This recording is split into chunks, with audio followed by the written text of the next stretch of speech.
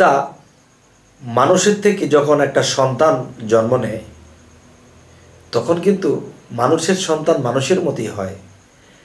একটা মহিষ থেকে যদি একটা বাচ্চা জন্ম নেয় তাহলে সেই বাচ্চাটা মহিষের মতোই হয়। তাহলে আল্লাহ থেকে যদি মুহাম্মদিনুর সৃষ্টি হয়ে থাকে তাহলে সেই মুহাম্মদিনুর কার মতো হবে?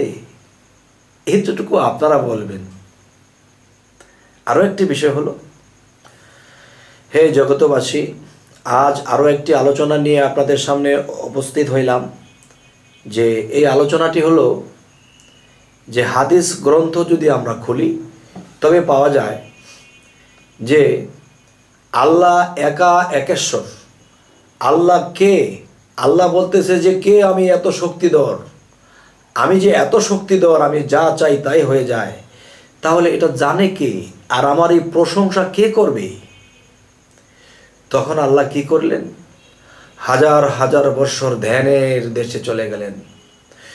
সেই ধ্যান করতে করতে হাজার হাজার বৎসর ধ্যানের পরে আল্লাহ থেকে নূর আলাদা হইলেন। নূর যখন আলাদা হইলেন তখন সেই নূর আল্লাহর সাথে কথা বলে। নূরকে যখন জিজ্ঞাসা করলো, হে নূর, তুমি কে? আর আমি কি তোমার প্রভু নই? তখন নূর বলতেছে যে না, তুমি তোমার, আমি আমার। যখন আবারও নূরকে বলতেছে, হে নূর, আমি কি তোমার প্রভু নই? তখন নূর বলতেছে, আমি আমার, তুমি তোমার। তখন কথা সেটা নয়, কথা হলো যে নূর অর্থ কি? আলো, হয় প্রখর আলো, নয় তীক্ষ্ণ আলো, আর নয়তো নর্মাল আলো। তাহলে নূর শব্দের যদি আলো হয়ে থাকে তো এই পৃথিবীতে দেখবেন কোনো আলো কি কথা বলে? আলো কথা বলে না। আলোর কি মুখ আছে, নাক আছে, চোখ আছে? নাই। তাহলে এটা কথা বলে কি করে? তাহলে নূরের যে বিষয়টা হাদিস একটু ঢাকনা দিয়েছে, আর আমরা ঢাকনাটা একটু খুলে দিয়ে কথা বলবো যেন আপনারা সকলে বুঝতে পারেন যে নূর যে বিষয়টা, যে আল্লাহ হইল জাতি নূর, আর এই জাতি নূর থেকে সিফাতি নূরকে আলাদা করা হলো। জাতি নূরটা হলো পুরুষ আর সিফাতি নূরটাই হলো নারী। একটা জিনিস, একটা ফ্যামিলির মধ্যে যদি একটা স্বামীর ক্ষমতা থাকে, একটা ফ্যামিলির মধ্যে কিন্তু একটা স্ত্রীরও কম ক্ষমতা নয়। স্বামীর অর্ডারে যদি কিছু হয় তাহলে স্ত্রীর ক্ষমতা আছে, স্ত্রীর অর্ডারও কিছু হয়। তাহলে এই কথাটি আমি বলবো নির্ভয়, যারা আমার এই কথাটা নিজের মধ্যে রেখে রাখতে পারে অক্ষয়, তবেই যদি হয় আমাদের জয়। হে জগতবাসী, যে আল্লাহ হাজার হাজার বৎসর ধ্যানের দেশে যখন ছিলেন, ধ্যান যোগে যখন ডুবে গিয়েছিলেন, তখন যখন এই নূর আলাদা হলো, নূরকে যখন জিজ্ঞাসা করা হলো, নূর বলতেছে তুমি তোমার, আমি আমার। তার মানে আল্লাহ এক, দ্বিতীয় নেই। কিন্তু নূর যে বলতেছে যে আমি আমার, তুমি তোমার, তাহলে তো দুটো হয়ে যাবে, তখন তো পৃথিবী চলবে না। তখন কি করতে হবে? তখন আল্লাহ কি করলেন? এই নূরকে দুটি ভাগ করলেন। দুটি ভাগ করার বলতেছে, হে নূর, আমি কি তোমার প্রভু নই? তখন নূর বলতেছে আমি আমার, তুমি তোমার। তখন আরো একটি খণ্ড করলেন। তখন নূরকে জিজ্ঞাসা করতেছে, হে নূর, তুমি কার? তুমি কে? আমি কি তোমার প্রভু নই? তখন নূর বলতেছে তুমি তোমার, আমি আমার। হে জগতবাসী, তো এরকমভাবে 5টা টুকরো করা হয়েছে। 5টা টুকরো করার পরে তখন বলতেছে যে আল্লাহ, হে নূর, আমি কি তোমার প্রভু নই? তখন নূর বলতেছে আমি তোমার সৃষ্টি, তুমি আমার স্রষ্টা, তুমি আমার প্রভু।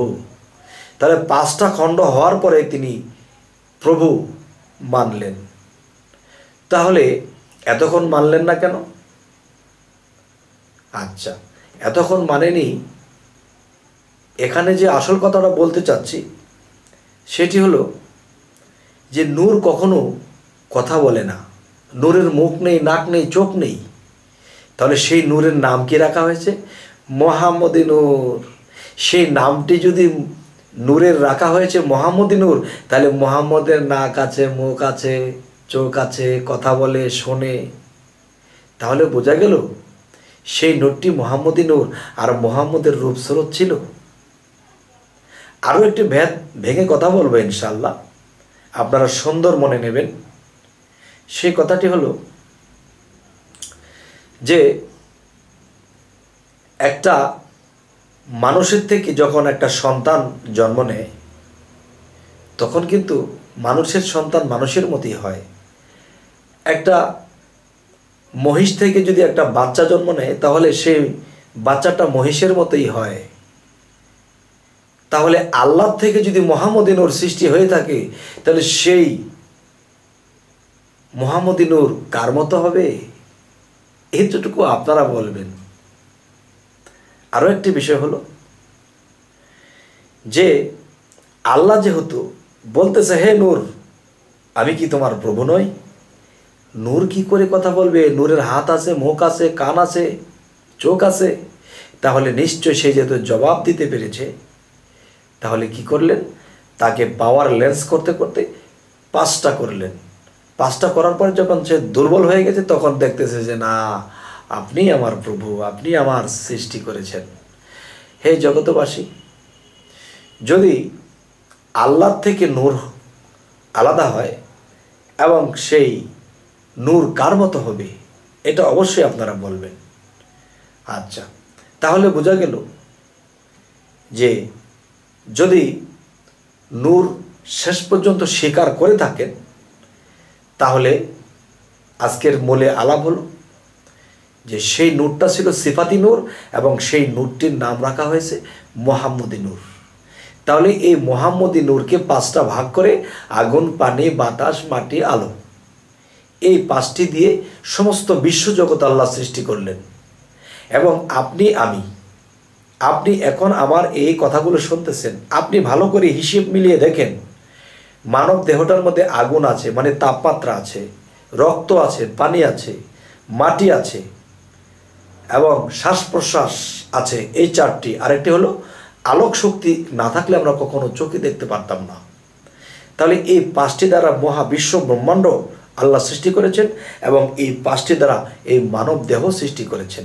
এবং সমস্ত প্রাণীর জগতের দিকে যদি লক্ষ্য করি, তারা এভাবেই সৃষ্টি। হে জগতবাসী, আপনাদের সামনে আজকে নূরতত্ত্বর কিছু আলোচনা করা হলো। তো আশা করব পরবর্তীতে আরেকটু খুলে মেলে, আরেকটু অগ্রসর হয়ে কিছু কথা বলবো এই নূর সম্বন্ধে। তবে কথা হলো, আপনাদের যদি আমাদের এই আলোচনাগুলো ভালো লাগে, তাহলে আমাদের বাকি আলোচনাগুলো পেতে সাবস্ক্রাইব করুন। আমাকে আপনাদের পাশেই রেখে দিন, যখনই মনে চাবে দেখে নেবেন। হে জগতবাসী, আজ এই বলেই রাখবো। সকলেই ভালো থাকবেন। আল্লাহ হাফিজ।